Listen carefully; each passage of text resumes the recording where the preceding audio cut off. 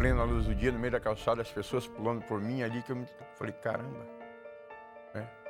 Aí foi um outro impacto grande também, que eu não esperava isso, né? No programa de hoje você vai conhecer o poeta das ruas. Porque a escrita me manteve longe de drogas, que é muito fácil nas ruas hoje, principalmente tá empraguejado de crack e outras coisas. O Sebastião Nicomedes viveu nas ruas e foi lá que descobriu o dom para a escrita. Eu queria ser letrado. Escreve uma coisa séria, conta a nossa história, conta desse nosso mundo. De repente alguém vai te descobrir, esse texto seu vai para frente, ajuda a sua vida e ajuda a nossa também. Você acompanha essa conversa hoje, aqui no Identidade. Seu programa de boas conversas já está no ar, mais uma Identidade Geral na sua companhia. John Quincy Adams foi o 6º presidente dos Estados Unidos e ele tem uma frase muito marcante, diz assim: paciência e perseverança têm o efeito mágico de fazer as dificuldades desaparecerem e os obstáculos sumirem. A crença de que devemos ter paz, persistir em busca de uma melhora de vida, mudou a história do ex-morador de rua, o Sebastião Nicomedes. Ele já fez de tudo um pouco nessa vida. Colheu algodão, foi cobrador de ônibus, zelador, fabricou placas e letreiros, até que um dia, um grave acidente de trabalho fez com que ele fosse dado como morto e sua vida mudou radicalmente. Sem amigos e dinheiro, ele foi parar nas ruas. E lá não encontrou só um lar, mas também descobriu uma paixão pela escrita. Conhecido como o poeta das ruas, o Sebastião Nicomedes vai estar no Identidade para contar essa incrível história de superação. Portanto, não saia daí, em 30 segundos a gente já volta.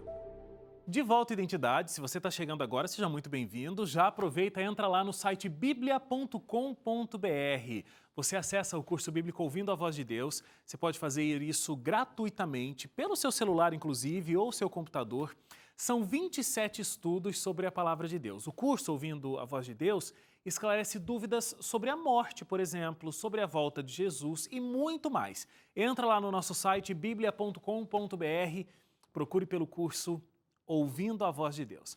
Chegou o momento, então, da gente receber aqui o Sebastião Nicomedes. Ele já está pronto aqui. Olá, Sebastião. Olá, seja bem-vindo. Obrigado. O poeta das ruas. Fica à vontade aqui.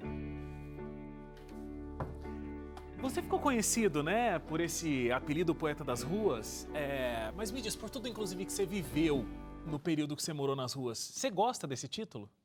Eu gosto, É? eu gosto. Né? Caiu bem? Caiu bem e acho que faz jus, né, das poesias feitas ali. Como foi morar na rua? A gente vai falar de como você chegou lá, inclusive, de como saiu de lá também, né? Você já está há 13 anos fora, né, Fora. das ruas. Mas como foi morar lá? Como foi viver as situações que você viveu? Eu sei que você chegou a ficar bastante deprimido, né, por morar nas ruas. No começo, né? No começo, nos primeiros dias eu estava até querendo me matar no começo. Né? Levou um tempinho aí, depois eu acabei... Se acostumando com a situação. Mas não é simples, né? Fui aceitando, né? Não é simples. O que você viveu ali nas ruas que você não deseja mais viver? Primeiro, não desejo morar na rua obrigatoriamente, sem ter para onde ir, não poder pagar um hotel, não poder pagar um quarto, não ter um lugar para retornar. Isso eu não desejo para ninguém. Essa é a parte pior, né? Que eu não estava ali, tipo, se eu quiser sair agora, eu saio e vou para algum lugar. Não, eu não tinha para onde ir, eu não tinha grana, não tinha condições. Me conta como é que você chegou a essa condição, como é que você foi morar na rua? Porque assim, as coisas estavam correndo bem na tua vida, né? Você estava noivo, você montou uma empresa de comunicação onde você tinha 6 funcionários, vocês faziam letreiros, né? Mas aí você sofreu um acidente de trabalho. Foi isso que desencadeou a perda de todas as outras coisas? Hoje, depois de tantos anos, eu faço uma leitura mais ampla de tudo, né?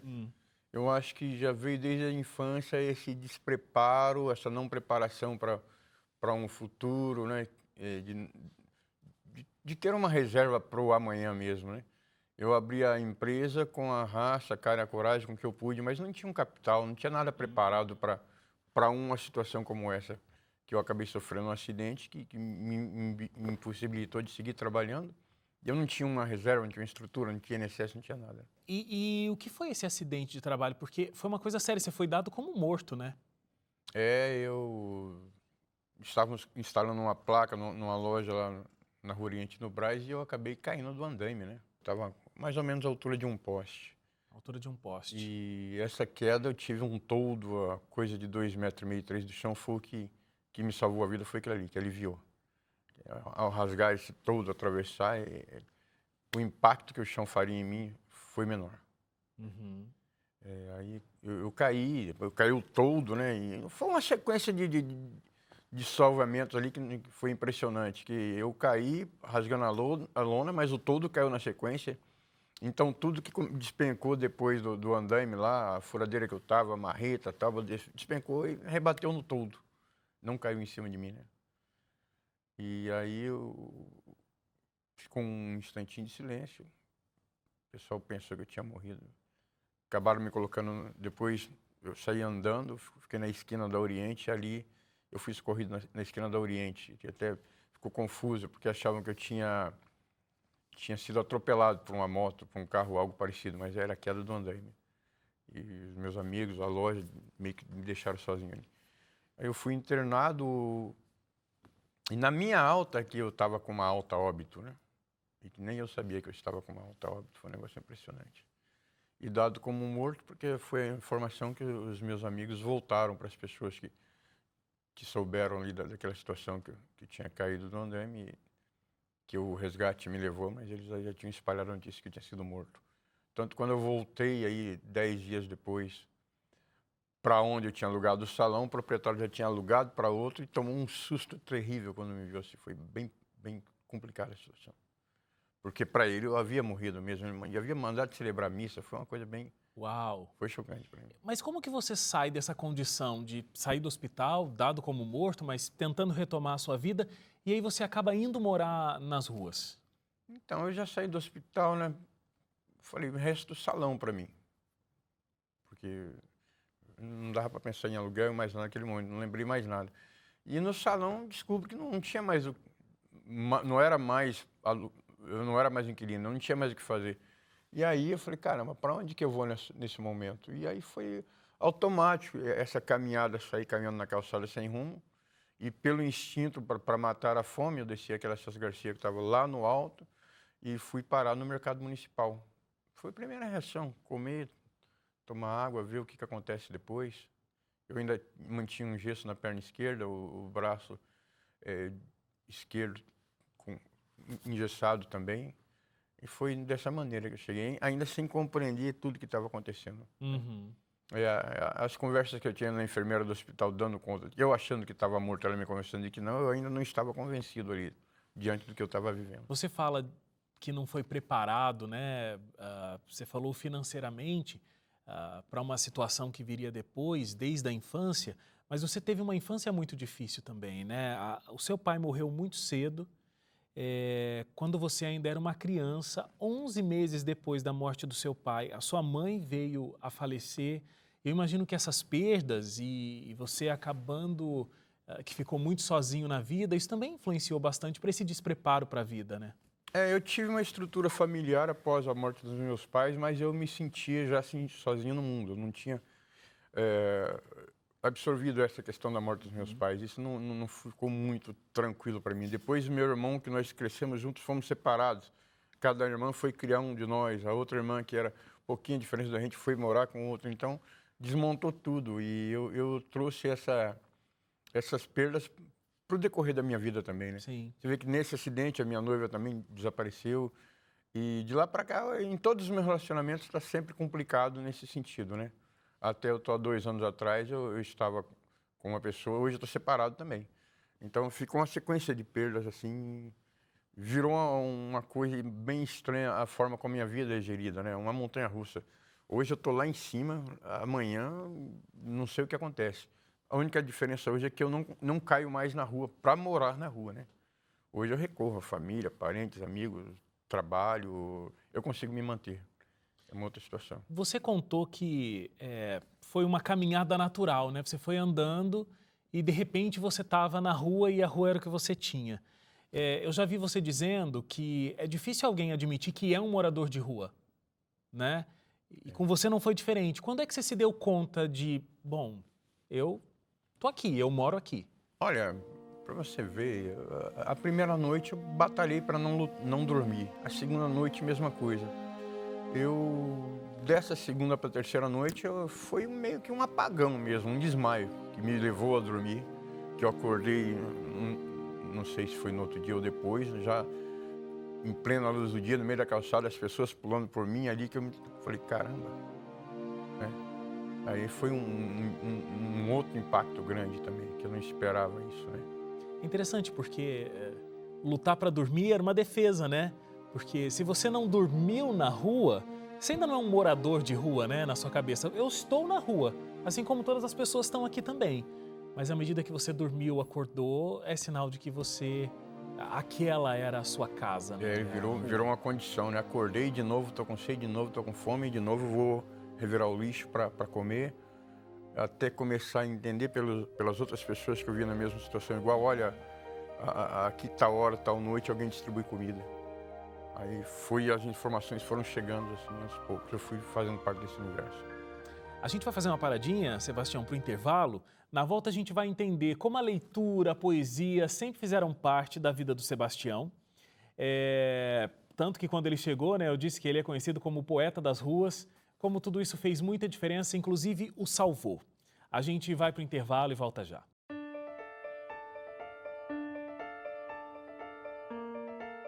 E a gente já está de volta aqui. Quero dizer para você que o Identidade Geral, assim como todos os programas que você acompanha aqui pela Novo Tempo, eles só existem, eles só acontecem porque você que acompanha a gente é um anjo da esperança. Graças ao projeto Anjos da Esperança, onde você faz a sua doação financeira aqui para o Ministério da Novo Tempo, a gente consegue manter os nossos programas no ar.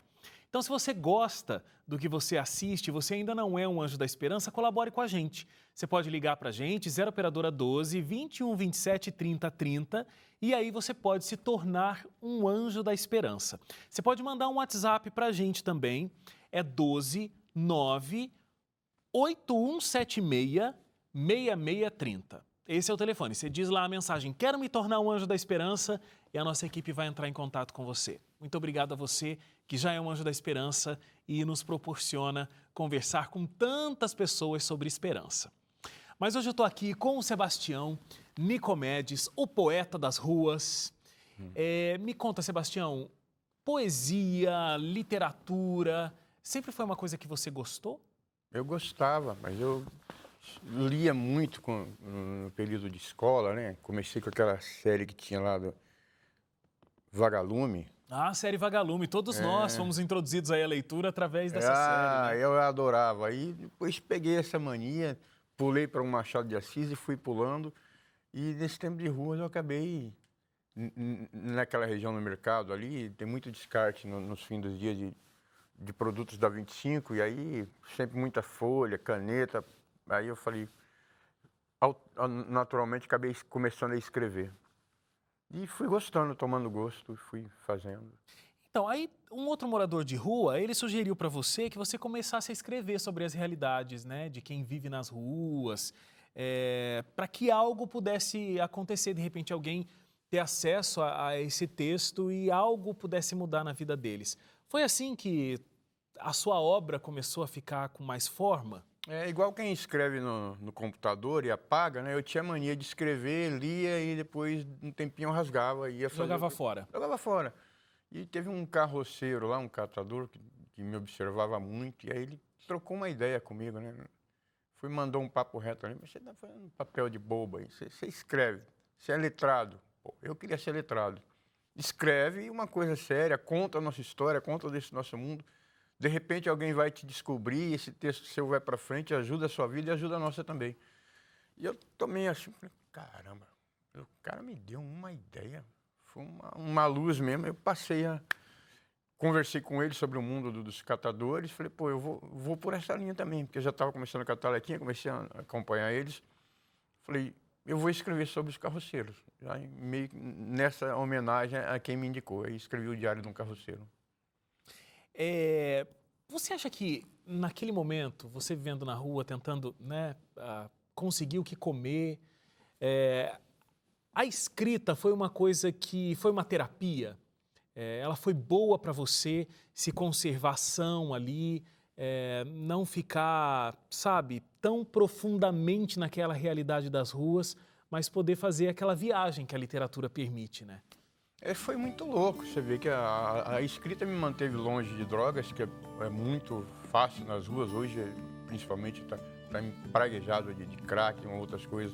Me manteve longe do álcool, que eu queria estar com um raciocínio bacana. E eu tinha que tomar meus remédios, eu cronometrava, até marcava meus horários de remédios, que eu ainda tinha que fazer uma cirurgia, que eu ainda não tinha passado por essa cirurgia, estava esperando uma vaga para a cirurgia. E, ao mesmo tempo, eu inventava um mundo ali para mim que estava beleza, né? Como o cara diz, um dia vão descobrir o texto, eu já estava vivenciando isso, nós já descobriram, já tá legal, é outra coisa, e eu curtia isso, sabe?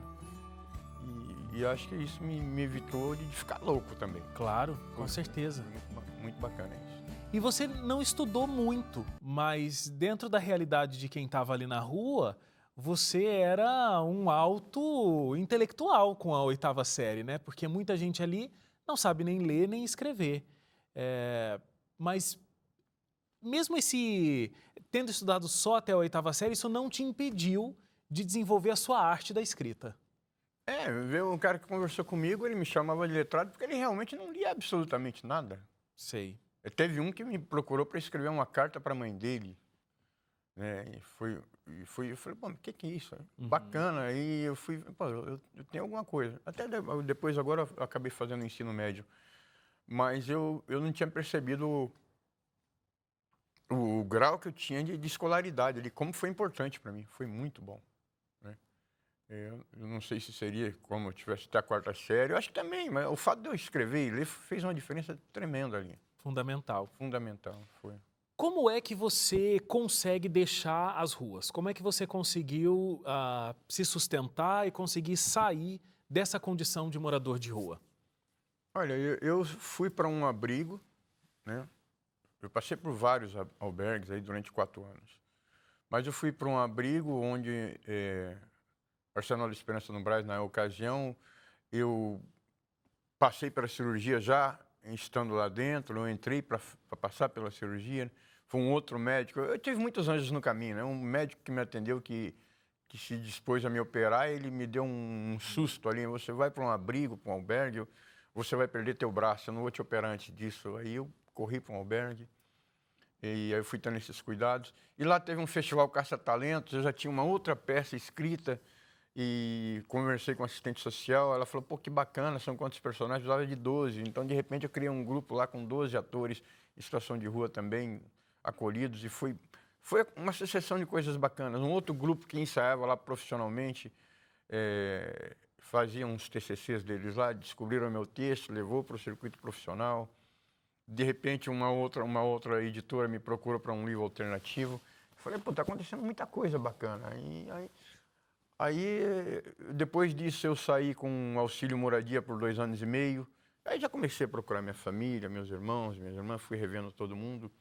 Hoje eu ainda não tenho casa própria, mas eu consigo pagar um aluguel e ir tocando, e as coisas caminham também para que isso também seja uma realidade da minha vida também. Algum canto que daqui a uns anos eu vou precisar desse lugar. Está caminhando para essa linha. Que ótimo. Hoje eu viajo em parceria com uma técnica chamada Renata, e a gente viaja o Brasil dando intervenção de capacitação para gestores que trabalham com pessoas em situação de rua.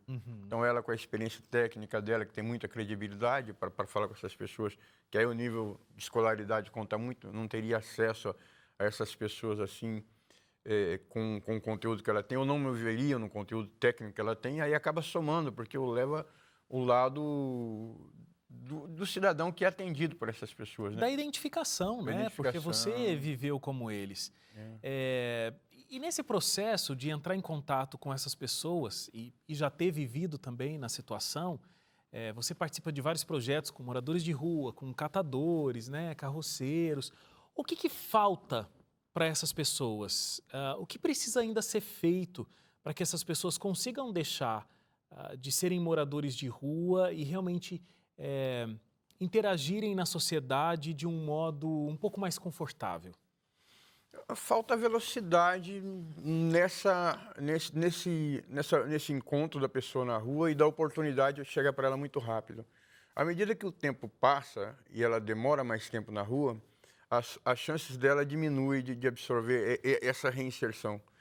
E aí a coisa complica, né? Os que têm uma certa idade, ou mais de 40, já, profissão indo embora, a capacidade de fazer o que ele tem habilidade indo embora. Os jovens sem a oportunidade do primeiro emprego indo embora, e essa moçada adolescente que de repente é questão de dependência química, outras coisas que levaram para a rua, também distante das suas famílias, e sabe-se lá que violências passam lá, perde esse vínculo. E aí falta isso, poxa, teria que atender com intersetorialidade, que eu costumo dizer muito, e é muito difícil, porque para a rua todo mundo manda assistência social. Cai um prédio, vem para assistência. Dá uma enchente num bairro, vem para o abrigo e vai superlotando e de pessoas que vai perdendo o caminho ali. Agora, o que viver na rua te ensinou sobre a vida? E eu continuo aprendendo, né? Que eu já revendo a rua muitas vezes. Eu aprendi primeiro a respeitar o próximo, a me respeitar. Tive uma consciência de que Deus realmente existe, que até então a gente não está muito ligado, preocupado com esses detalhes, né? E hoje eu vejo, por exemplo, pessoas se suicidando, que estão desempregados e não tem nível para isso. Se é alguém da rua, é alguém muito milionário, alguém classe média, as pessoas estão se matando, estão se destruindo por muito pouco. Eu acho que a rua me ensinou a dar valor à vida, cara. Para mim, olhar a chuva, ou olhar o sol, lua, estrela, essas coisas bobas, para mim, isso tem um valor que não tem preço, sabe? Dinheiro, outras coisas, depois vem a consequência. Se vir, vem, se não vir, também não faz diferença. Eu acordei, eu estou vendo a vida assim, é diferente. Eu sinto diferença no ambiente. De repente, uma coisa que pode ter sido também diferente para você com essa experiência é entender que aquelas pessoas que estão ali naquela condição, moradores de rua, existe alma, existem sentimentos, porque muitas vezes são pessoas que ficam invisíveis para a sociedade, né? E não é assim, são seres humanos que estão ali. É engraçado que parece que o pessoal que está na rua tem uma jaqueira, caiu uma jaca, arrebentou a semente e nasceu aquele sujeito ali, daquela grama, e ficou por ali, porque às vezes olham exatamente, ou não olham, né? Essa invisibilidade dá-se ao incômodo de saber que aquela pessoa existe e de repente despertar mais um para o seu mercado competitivo. É muito chato isso, essa coisa de diferença. E ali tem uma vida ali, né? Politicamente também, essa ideia de não fazer investimentos a fundo perdido, né? Então tem que investir no petróleo, em algo que vai me dar dinheiro de volta, vai impulsionar o PIB. Isso é muito, muito, muito pesado. E dá uma falsa sensação de que o país cresce, enriquece, e se você olha para as ruas, só aumenta de gente miserável jogado ali e arruinado. Então não está acontecendo como pensam que é. Que bom que você conseguiu vencer essa etapa tão difícil da sua vida, Sebastião, e não está vivendo uma vida só para você. Você continua engajado para ajudar outras pessoas a saírem dessa condição tão triste que você viveu e muitas ainda vivem. Muito obrigado por ter vindo, por ter dividido tudo isso com a gente. Que Deus continue te abençoando, a inclusive conseguir abençoar outras pessoas. Muito obrigado mesmo. Eu agradeço muito, viu? Obrigado pela oportunidade. E você, muito obrigado por ter ficado com a gente até agora, ter ouvido esse relato de vida tão rico.